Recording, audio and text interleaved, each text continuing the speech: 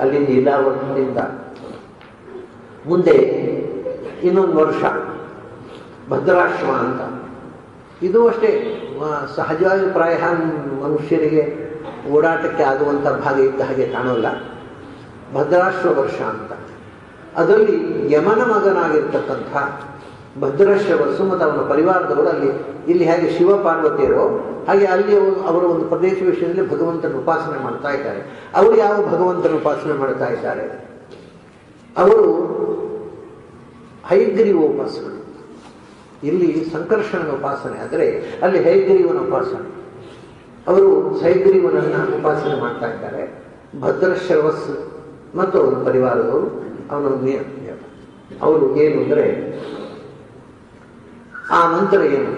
ಓಂ ನಮೋ ಭಗವತೆ ಧರ್ಮಾಯ ಆತ್ಮಶೋಧನಾಯ ನಮಃ. ಇಲ್ಲೂ ಅಷ್ಟೇ ಆದ್ಯಂತದಲ್ಲಿ ನಮಃ. ಓಂ ನಮೋ ಭಗವತೆ ಧರ್ಮಾಯ ಆತ್ಮಶೋಧನಾಯ ನಮಃ. ಇದು ಹೈಗ್ರೀವ ಮಂತ್ರ. ಓಂ ನಮೋ ಭಗವತೆ ಧರ್ಮಾಯ ಆತ್ಮಶೋಧನಾಯ ನಮಃ. 18 ಅಕ್ಷರಗಳ ಮಂತ್ರ. ಓಂ ನಮೋ ಭಗವತೆ ಧರ್ಮಾಯ ಆತ್ಮಶೋಧನಾಯ ನಮಃ. ಕೆಲವು ಕಡೆ ಆತ್ಮವಿಶೋಧನಾಯ ಅಂತೆಲ್ಲ ನಾನಾ ನಮೂನೆ ಪಾಠಾಂತರಗಳಿವೆ. ಇದು ಪ್ರಾಚೀನ ಗ್ರಂಥಗಳ ಪಾಠ. ಧರ್ಮಾಯ ಆತ್ಮಶೋಧನಾಯ ನಮಃ. ಮೊದಲು ನಾವು ಸಂಕರ್ಷಣದ ಉಪಾಸನೆ ಆಯಿತು. ಎರಡನೆಯದು ಹಯಗ್ರೀವ ರೂಪ. ಅದು ಯಾವುದಕ್ಕೋಸ್ಕರ ಅವತಾರ ಆಯಿತು ಅಂದರೆ ಧರ್ಮ ಸಂಸ್ಥಾಪನೆಗೋಸ್ಕರ ಆದ ಅವತಾರ. ವೇದಗಳನ್ನು ಅಸುರ ಅಪಹಾರ ಮಾಡಿದಾಗ ವೇದಗಳನ್ನು ಮರಳಿ ತರುವುದಕ್ಕೋಸ್ಕರ ಆದಂಥ ಅವತಾರ ಮತ್ಸ್ಯಾವತಾರ ಮತ್ತು ಹಯಗ್ರೀವ ಅವತಾರ. ವೇದಗಳನ್ನು ಉದ್ಧಾರ ಮಾಡೋದಕ್ಕೋಸ್ಕರ, ಅದಕ್ಕೋಸ್ಕರ ಅದನ್ನು ಧರ್ಮಾಯ ಅಂತ ಧರ್ಮದ ಧಾರಕನಾಗಿ ವೇದ ಧರ್ಮಗಳ ಉದ್ಧಾರಕನಾಗಿ ಅವತರಿಸಿದವ. ಆದ್ದರಿಂದ ಅವನು ಧರ್ಮ. ಇನ್ನೊಂದು ವಿಶೇಷ ಇದೆ, ಏನು ಅಂದರೆ ಆತ್ಮಶೋಧನಾಯ ನಮಃ. ನಮ್ಮನ್ನು ನಾವು ಶೋಧನೆ ಮಾಡಿಕೊಳ್ಳುವುದಕ್ಕೆ ಒಂದು ಒಳ್ಳೆಯ ಮೂರ್ತಿ ಇದು ಭಗವಂತನ ಆತ್ಮಶೋಧನೆ. ನಮ್ಮನ್ನೇ ನಾವು ಸೆಲ್ಫ್ ಅನಾಲಿಸಿಸ್, ನಮ್ಮ ಕುರಿತು ನಾವು ಚಿಂತನೆ ಮಾಡಲಿಕ್ಕೆ ಬೇಕಾದ ಅವಕಾಶ ಕೊಟ್ಟ ರೂಪ ಅಂತ. ಏನು ಅವಕಾಶ? ಅವನು ನೋಡಿ, ಈಗ ಹಿರಣ್ಯಕಶಿಪುವನ್ನು ಕೊಲ್ಲಿಕ್ಕೆ ನರಸಿಂಹನಾಗಿ ಬಂದ. ಅದಕ್ಕೊಂದು ಕಾರಣ ಉಂಟು. ಯಾಕೆಂದರೆ ನರಂ ನ ಮಾನುಷಂ, ಮನುಷ್ಯ ರೂಪದಿಂದ ನಾನು ಸಾಯುವಂಗಿಲ್ಲ. ಮೃಗಂ ನ ಮಾನುಷಂ, ಮೃಗದ ರೂಪದಿಂದ ನಾನು ಸಾಯುವಾಗಿಲ್ಲ ಅಂತ ವರ ಕೇಳಿದ್ದ. ಅವನು ಎಲ್ಲ ವರ ಫುಲ್ಫಿಲ್ ಆಗಬೇಕು, ಆದರೆ ಅವನು ಸಾಯಬೇಕು. ಇದು ಭಗವಂತನ ಪ್ಲಾನ್. ಯಾಕೆ ವರ ಕೊಟ್ಟವ ಚತುರ್ಮುಖ, ಅವನ ಮಾತು ಉಳಿಬೇಕು, ಇವನು ಉಳಿಬಾರ್ದು. ಅದು ಉಳಿಬೇಕು, ಒಂದು ಉಳಿಬೇಕು. ಅದಕ್ಕೆ ಬ್ರಹ್ಮ ಹೇಳಿದ ಯಾವ ಮಾತು ಸುಳ್ಳಾಗಬಾರದು. ಆದರೆ ಇವನು ಸಾಯಬೇಕು. ಅದಕ್ಕೆ ಎಲ್ಲ ವರ ತಥಾಸು. ಬ್ರಹ್ಮ ಹೇಳಿದ ಎಲ್ಲ ವರವನ್ನ ಮಾಡಿ ತೋರಿಸಿದ ಭಗವಂತ. ಅವನು ಮನುಷ್ಯನವನ್ನ ಮೃಗವಲ್ಲ, ಆ ಥರ ರೂಪ ತಾಳಿದ. ಅಲ್ಲಿ ನರಸಿಂಹ ರೂಪ ತಾಳುವುದಕ್ಕೆ ಒಂದು ಬ್ರಹ್ಮದೇವರ ವರ ಕಾರಣ ಉಂಟು. ಇಲ್ಲಿ ಹಯಗ್ರೀವ ರೂಪ ಯಾಕೆ ತಾಳಿದ? ಅದು ಆತ್ಮಶೋಧನಾಯ. ಇದು ಈ ಪ್ರಶ್ನೆಯಿಂದ ನಾವು ನಮ್ಮನ್ನು ಶೋಧನೆ ಮಾಡಿಕೊಡೋದು. ಹಯಗ್ರೀವ ಒಂದು ಯೋಚನೆ ಮಾಡಿ, ಹಯಗ್ರೀವಾದಿಮಾಹ ವಿದ್ಯಾಹ ಅಂತ ಎಲ್ಲ ವೇದ ವಿದ್ಯೆಗಳ ಆವಿಷ್ಕಾರ ಆದ ರೂಪ ಹಯಗ್ರೀವರು. ಸಮಸ್ತ ವಿದ್ಯೆಗಳ ಆವಿಷ್ಕಾರ ಆದ ರೂಪ. ಎಲ್ಲಿ ತನಕ ಅಂದರೆ ವಾಜಸನೇಯ ಸಂಹಿತೆ ಅಂತ ಯಜುರ್ವೇದದ ಒಂದು ಸಂಹಿತೆ ಇದೆ. ಅದನ್ನ ಯಾಜ್ಞವಲ್ಕ್ಯರು ವೈಶಂಪಾಯನರಲ್ಲಿ ಪಾಠ ಕೇಳ್ತಾ ಇದ್ದವರು ಏನೋ ವಿವಾದ ಬಂದು ನನ್ನ ಹತ್ರ ನೀನು ಪಾಠ ಕೇಳಿದ್ದನ್ನೆಲ್ಲ ಇಲ್ಲಿ ಬಿಟ್ಟು ಹೊರಟು ಹೋಗು ಅಂತ ಹೇಳ್ಬಿಟ್ಟು ವೈಶಂಪಾಯನ ಯಾಜ್ಞವಲ್ಕ್ಯರು ಪೂರ್ತಿ ಅಲ್ಲೇ ತ್ಯಾಗ ಮಾಡಿ ಬಂದರು. ಅಲ್ಲಿ ಏನು ಮಾತುಕೊಂಡು, ನಾನು ಹೇಳಿದ ಯಾವ ಮಂತ್ರವನ್ನು, ನನ್ನಲ್ಲಿ ಕಲಿತ ಯಾವ ಮಂತ್ರವನ್ನು ನೀನು ಮುಂದೆ ಹೇಳಬಾರದು. ಇವರು ಏನು ಮಂತ್ರ ಹೇಳುವಾಗಿಲ್ಲ. ಅದಕ್ಕೋಸ್ಕರ ಸೂರ್ಯನನ್ನು ಕುರಿತು ತಪಸ್ಸು ಮಾಡಿದ್ರು ಯಾಜ್ಞವಲ್ಕ್ಯರು. ಆಗ ಮತ್ತೆ ಅವರಿಗೆ ಹೊಸ ವೇದದ ಆವಿಷ್ಕಾರ ಆಯಿತು. ಅದೇ ಶುಕ್ಲ ಯಜುರ್ವೇದ. ಅದಕ್ಕೆ ಹೆಸರು ವಾಜಸನೇಯ ಅಂತ.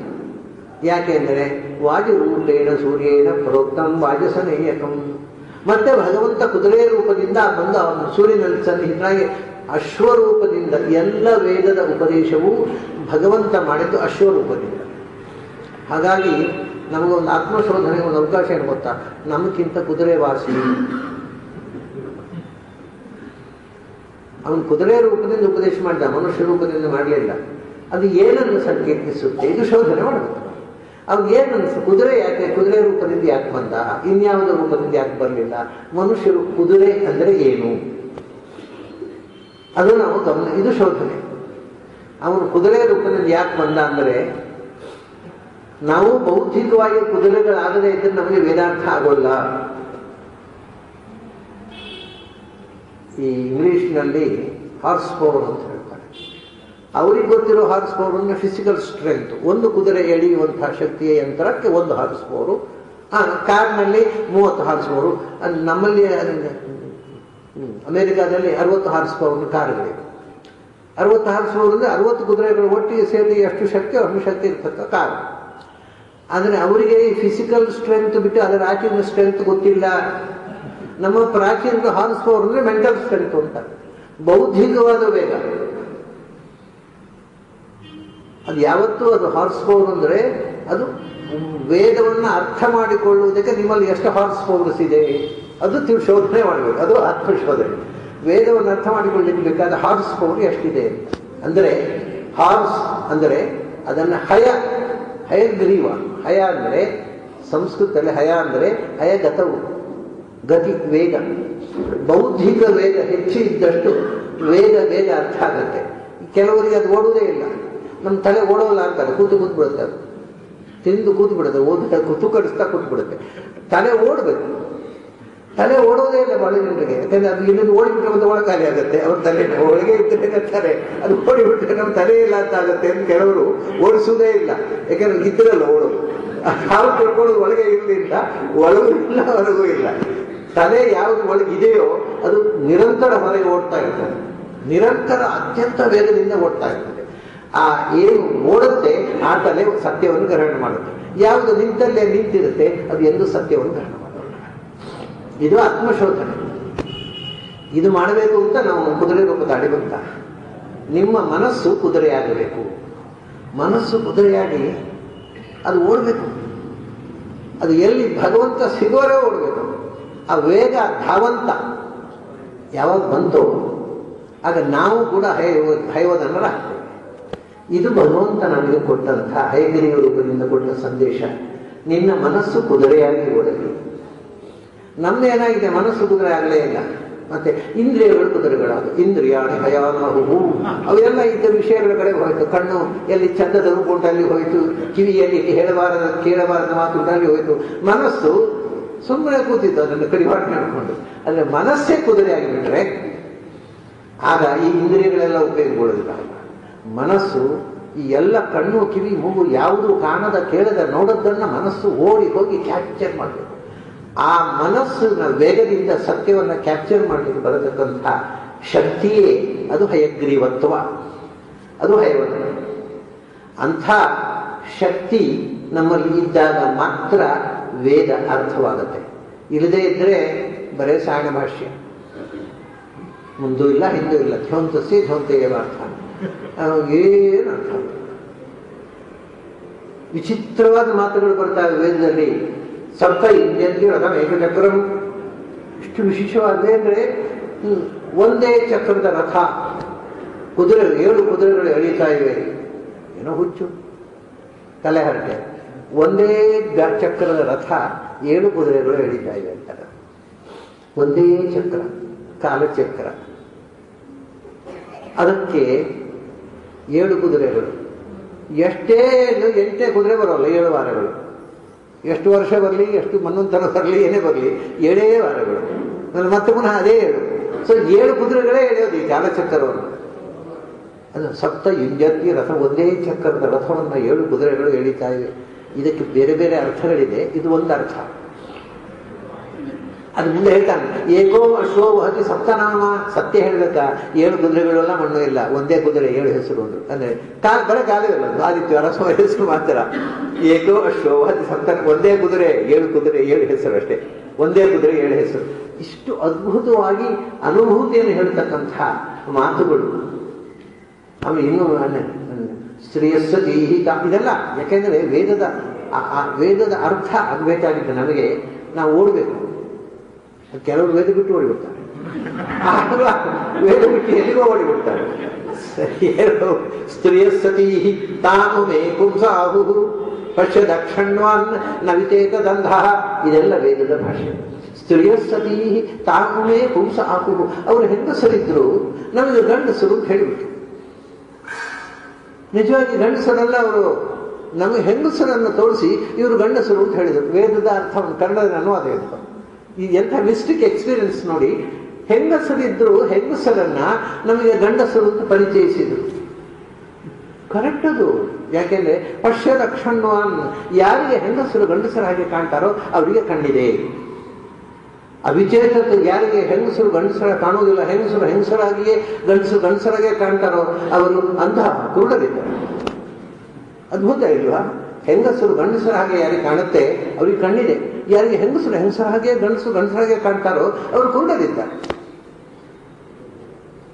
ಅದು ಕಡೆಗೆ ಹೀಗೆ ಹೇಳ್ತಾ ಕವಿರಿಯ ಪುತ್ರ ಈ ಮಾಚಿಕೇತ, ಒಬ್ಬ ಮಗ ಇದ್ದಾನೆ ಭಾರಿ ಜಾಣ, ಕವಿರಿಯ ಪುತ್ರ. ಅವನಿಗೆ ಈ ಮಾತು ಅರ್ಥವಾಗುತ್ತೆ. ಅವನಿಗೆ ಇದು ಗೊತ್ತಿದೆ, ಏನಂದ್ರೆ ಹೆಂಗಸರೇ ಗಂಡಸರು. ಒಂದು ವಿಷಯ ಗೊತ್ತಿದೆ. ಎಸ್ತಾ ವಿಜಾನಾತು, ನಿಮ್ಮಲ್ಲಿ ಯಾರಾದರೂ ಇದನ್ನು ಹೆಂಗಸರೇ ಗಂಡಸನ್ನು ಗೊತ್ತಾಗ್ಬಿಟ್ರೆ ಸಪಿತು ಪಿತಾಸ್, ನಿಮ್ಮ ಅಪ್ಪನಿಗೂ ಅಪ್ಪ ಆಗ್ತೀವಿ. ಏನೋ ಹುಚ್ಚು ಮಾತ್ರ ಕಾಣೋದಿಲ್ವಾ? ಯಾರಿಗೆ ಹೆಣ್ಣು ಗಂಡಾಗಿ ಕಾಣುತ್ತೋ ಅವನು ಅಪ್ಪನಿಗೂ ಅಪ್ಪ ಆಗ್ತಾನೆ. ಅಲ್ಲಿ ಮುಗಿತು ಒಂದು ಮಂತ್ರ. ಇದು ವೇದದ ಭಾಷೆ. ಅರ್ಥ ಆಗಬೇಕಾಗಿದ್ದು ನಾವು ಸ್ವಲ್ಪ ಆ ಅನುಭವದ ಪ್ರಪಂಚದ ಒಳಕ್ಕೆ ಹೋಗಬೇಕು. ಏನು ಹೇಳುತ್ತೆ ಈ ಮಂತ್ರ? ಸ್ತ್ರೀಯ ಸತಿ ತಾವು, ಇದು ಭಗವಂತನ ಬಗ್ಗೆ. ಇದಕ್ಕೂ ಅನೇಕ ಅರ್ಥಗಳಿವೆ. ನೀವು ಯಾರ ಹತ್ರ ಕೇಳಿದರೆ ಏನು ಉಪಯೋಗ ಇದೆ ನನಗೆ. ಯಾಕೆಂದ್ರೆ ನಾನು ಯಾವುದೇ ಗ್ರಂಥದ ವ್ಯಾಖ್ಯಾನದಲ್ಲಿದ್ದ ಅರ್ಥವನ್ನು ಹೇಳೋದಿಲ್ಲ. ನನ್ನ ಉಪಾಸನೆಯಲ್ಲಿ ನನಗೆ ಕಂಡ ಅರ್ಥವನ್ನು ನಾನು ಹೇಳೋದು. ನಾನು ವ್ಯಾಖ್ಯಾನದಲ್ಲಿದ್ದ ಅರ್ಥವನ್ನು ಹೇಳೋದಿಲ್ಲ. ಇದು ಯಾವ ವ್ಯಾಖ್ಯಾನದಲ್ಲಿ ಅರ್ಥ ಇಲ್ಲ. ಇದು ಭಗವಂತನ ಪರವಾಗಿ ಯೋಚನೆ ಮಾಡಿ ಎಷ್ಟು ಸುಲಭವಾಗಿ ಶ್ಲೋಕ ಅರ್ಥ ಆಗುತ್ತೆ ನೋಡಿ. ಸ್ತ್ರೀಯ ಸತಿ, ದೇವರು ಗಂಡು ಹೆಣ್ಣು, ಅವನು ಹೆಣ್ಣು. ತಾಯಿಯನ್ನು ಜಗತ್ತಿಗೆ ಅವನ ತಾಯಿ, ಅವನು ಹೆಣ್ಣು. ಆದರೆ ನಮಗೆ ಅವನು ಗಂಡಸು ಅಂತ ಪುರುಷ ಸೂಕ್ತದಲ್ಲಿ ಹೇಳ್ಕೊಟ್ರು. ಅದು ಹೌದು, ಅವರು ಗಂಡು ಹೌದು. ಸ್ತ್ರೀಯ ಸತಿ ತಾವು ಬೇಕು. ಎಷ್ಟು ಸುಂದರವಾಗಿದೆ ನೋಡಿ. ದೇವರು ಹೆಣ್ಣು ಗಂಡು ಎಲ್ಲ ಅದೇ ಜಗ. ಇಲ್ಲಪ್ಪ ಅವನು ಜಗನ್ಮಾತೆ ಶಕ್ತಿ ಸೋಗಿಣಿ ಅಂತ ಕೆಲವರು. ಇಲ್ಲಪ್ಪ ಅವನು ಗಂಡಸು, ಹೊಡೆದಾಟ. ಹೊಡೆದಾಡ್ಕೊಳ್ರಪ್ಪ. ದೇವರು ಹೆಣ್ಣು ಹೌದು, ಗಂಡು ಹೌದು. ಅವನು ಗಂಡ ತಾಯಿ, ಅದರಿಂದ ಅವನನ್ನು ಹೆಣ್ಣು. ದೇವರು ಹೆಣ್ಣು ಹೌದು. ಅದು ನಮಗೆ ಅವನನ್ನು ತಂದೆಯನ್ನು ಪರಿಚಯಿಸಿಕೊಟ್ರು. ಪುಂಸ ಆಗು ಪುರುಷ ಸೂಕ್ತದಿಂದ. ಅದು ಹೌದು. ನಮಗೆ ಈಗ ಹೆಣ್ಣು ಆದ ಭಗವಂತನೇ ಗಂಡು ಹೌದು ಅಂತ ಗೊತ್ತಾಯ್ತು. ಯಾರಿಗೆ ಇದು ಕಾಣೋದಿಲ್ಲ, ದೇವರು ಹೆಣ್ಣೆ ಅಥವಾ ದೇವರು ಗಂಡೆ ಅಂತ ಹೇಳ್ತಾರೆ, ಅವರು ಕೊಂಡರಿದ್ದಾರೆ. ಹೆಣ್ಣಿನೊಳಗಿರುವ ದೇವರು ಸ್ತ್ರೀ ರೂಪ, ಗಂಡಿನೊಳಗಿರುವ ದೇವರು ಪುರುಷ ರೂಪ ಅಂತ ಯಾರಿಗೆ ಕಾಣುತ್ತೆ ಅವರು ಕಣ್ಣಿದೆ. ಎಲ್ಲ ದೇವರು ಗಂಡೆ ಹೆಣ್ಣು ಅಲ್ಲೇ ಅಲ್ಲ ಅನ್ನೋರಿಗೆ, ಅಥವಾ ಅವನು ಹೆಣ್ಣೆ ಗಂಡ ಅಲ್ಲೇ ಅಲ್ಲ ಅನ್ನೋರಿಗೆ ಕಣ್ಣಿಲ್ಲ. ಇದು ಯಾರಿಗೆ ಗೊತ್ತಿದೆ ಅಂದರೆ ಕವಿರಿಯ ಪುತ್ರ. ಅವನೊಬ್ಬ ಮೊದಲು ಹುಟ್ಟಿದ ಮಗ ಇದ್ದಾನಲ್ವ, ಅವನಿಗೆ ಗೊತ್ತಿದೆ. ಯಾಕೆಂದರೆ ಅವನಿಗೆ ಚತುರ್ಮುಖ, ಮೊದಲನೇ ಮಗ. ಅವನಿಗೆ ಗೊತ್ತಿದೆ ಅವನ ತಂದೆಯು ನಾರಾಯಣನೇ, ತಾಯಿ ಒಕ್ಕನೆ. ತಾಯಿ ಹೊಟ್ಟೆಯಿಂದ ಹುಟ್ಟಿಸ್ತಾನೆ, ಇವ ಹೊಟ್ಟೆಯಿಂದ ಹುಟ್ಟಿದವನಿವ. ಅದರಿಂದ ತಾಯಿಯ ಹೊಟ್ಟೆಯಿಂದ, ಭಗವಂತನ ಹೊಟ್ಟೆಯಿಂದ ಹುಟ್ಟಿ ಬಂದ ಬ್ರಹ್ಮನಿಗೆ ಗೊತ್ತು ಅವನೇ ತಾಯಿ, ಅವನೇ ತಂದೆ ಅಂತ. ಅವನೇ ಹೆಣ್ಣು, ಅವನೇ ಕೊಂಡವನು. ಇದು ಯಾರಿಗೆ ತಿಳಿದೋ ಅವನು ಅಪ್ಪನಿಗೂ ಅಪ್ಪನಾಗುತ್ತಾನೆ. ಅಂದರೆ ಎಲ್ಲರ ಅಪ್ಪ ದೇವರು, ಅವನ ಅಪ್ಪ ಜ್ಞಾನಿ. ಯಾಕೆಂದ್ರೆ ಅಪ್ಪನ ಕೆಲಸ ಎಂಬುದು ಪುರೋಹಿತನ ಕೆಲಸ ನಾಮಕರಣ ಮಾಡಿಸೋದಷ್ಟೇ, ಮತ್ತೆಲ್ಲ ತಾಯಿ. ಅಪ್ಪನಿಗೆ ಹೆಂಗದೆ ಹಗಲಿ ಬೈರಾಸ ಹಾಕೊಂಡು ಓಡಾಡೋದೆ. ಬರೇ ನಾಮಕರಣ ದಿವಸ ಪುರೋಹಿತ ದಕ್ಷಿಣ ಕೊಡ್ಲಿಕ್ಕೆ ಮಾತ್ರ ಅಪ್ಪ. ಮತ್ತೆ ಪಾಪ ಅದು ಎಲ್ಲ ಮಲಮೂತ್ರ ಬಾಚಬೇಕು ತಾಯಿ. ಅದು ಸುದ್ದಿ ಹೋಗೋದು, ಅದನ್ನು ಕ್ಲೀನ್ ಮಾಡು, ಅದು ಹೇಳಿದ ಹೊರಟೋಗ್ಬಿಟ್ಟ. ಇವ ಯಾತಕ್ಕೆ ಉಪಯೋಗ ಪ್ರಾಣಿ ಗಂಡು, ಸರಿ ಎಲ್ಲ ಒದ್ದಾಡಬೇಕು ತಾಯಿ. ಇವನಿಗೆ ಪಾರ್ಪತ್ಯ ಮಾಡಲಿಕ್ಕೆ ಇವನು. ಅದರಿಂದ ನಾಮಕರಣ ಮಾಡುವವನಿಗೆ ಅಪ್ಪ ಅಂತ ಹೆಸರು. ತಮಾಷೆ ಮಾಡ್ತಾರೆ ವೇದ. ದೇವರಿಗೆ ನಾಮಕರಣ ಮಾಡುವ ಜ್ಞಾನಿಗಳು, ಯಾಕೆಂದ್ರೆ ಅವರು ಗುಣಧರ್ಮಗಳಿರೋದು ಯೂಸ್. ಅದರಿಂದ ಯಾರು ಭಗವಂತನನ್ನು ತಿಳಿದಿದ್ದಾರೋ ಅವರು ಭಗವಂತನನ್ನು 1000 ನಾಮಗಳಿಂದ ಕೊಂಡಾಡುತ್ತಾರೆ. ಭಗವಂತನಿಗೂ ಅಪ್ಪ ಆಗ್ತಾರೆ. ವಾಟ್ ಎ ಬ್ಯೂಟಿಫುಲ್ ಸ್ತೋತ್ರ. ಇದು ನೀವು ಯಾವ ಸಾಯಣ ಭಾಷೆ ಓದಿದ್ರೆ ಸಿಗೋಲ್ಲ. ಅದರಲ್ಲಿ ಯಾವುದಕ್ಕೂ ಬೇಡದ ಅರ್ಥ ಹೊಂದಿದೆ. ಆದರೆ ನಿಮಗೆ ಪ್ರತಿಯೊಂದು ಮಂತ್ರದಿಂದ ಭಗವಂತ ಕಾಣಬೇಕಾಗಿದ್ದರೆ ಹೀಗೆ ನೀವು ಹಯವದನರಾಗಬೇಕು ಮತ್ತು ಓಡ್ಲಿಕ್ಕೆ ಕಲಿಬೇಕು. ಮಾನಸಿಕವಾಗಿ ಕಾಲಿಂದ ಬೆಳಗಾತಿದ್ದು ಜಾಗಿಂಗ್ ಮಾಡಿದರೆ ವೇದ ಅರ್ಥ ಆಗೋಲ್ಲ. ಮನಸ್ಸು ಓಡಬೇಕು, ಮನಸ್ಸು ಓಡಬೇಕು, ಭಗವಂತನ ಕಡೆಗೆ ಓಡಬೇಕು. ಅದು ಮತ್ತೆ ರಿವರ್ಸ್ ಆರ್ಡರ್ನಲ್ಲಿ ಓಡಿದ್ರೂ ಉಪಯೋಗ ಇಲ್ಲ, ಭಗವಂತನ ಕಡೆಗೆ ಓಡಬೇಕು. ಹಾಗಾಗಿ ಅಲ್ಲ, ತಮಾಷೆ ಅಂದರೆ ಅದು ಹಯವದನ. ಅದರಿಂದ ಆತ್ಮಶೋಧನಾಯ ನಮಃ ಅಂತಂದು ನೀನು ಹಯಗ್ರೀವ ರೂಪನಾಗಿ ಬಂದು ನಮ್ಮ ಮನಸ್ಸನ್ನು ಹೇಗೆ ನಾವು ಇಟ್ಟುಕೊಳ್ಳಬೇಕು ಅನ್ನುವಂಥದ್ದು ಶೋಧನೆ ಮಾಡುವ ಅವಕಾಶ ಕೊಟ್ಟು ನಮಗೆ ಭಗವತ್ ಪ್ರಜ್ಞೆ ಮೂಡಿಸಿದಂಥ ಧರ್ಮದ ಉದ್ಧಾರಕ್ಕೋಸ್ಕರ ಅದು ಧರ್ಮಾಯ ಆತ್ಮಶೋಧನಾಯ ನಮ ಇತಿ. ಇದು ಹಯಗ್ರೀವ ರೂಪದ ವಿಚಿತ್ರವಾದಂತಹ ಒಂದು ವರ್ಣನೆ.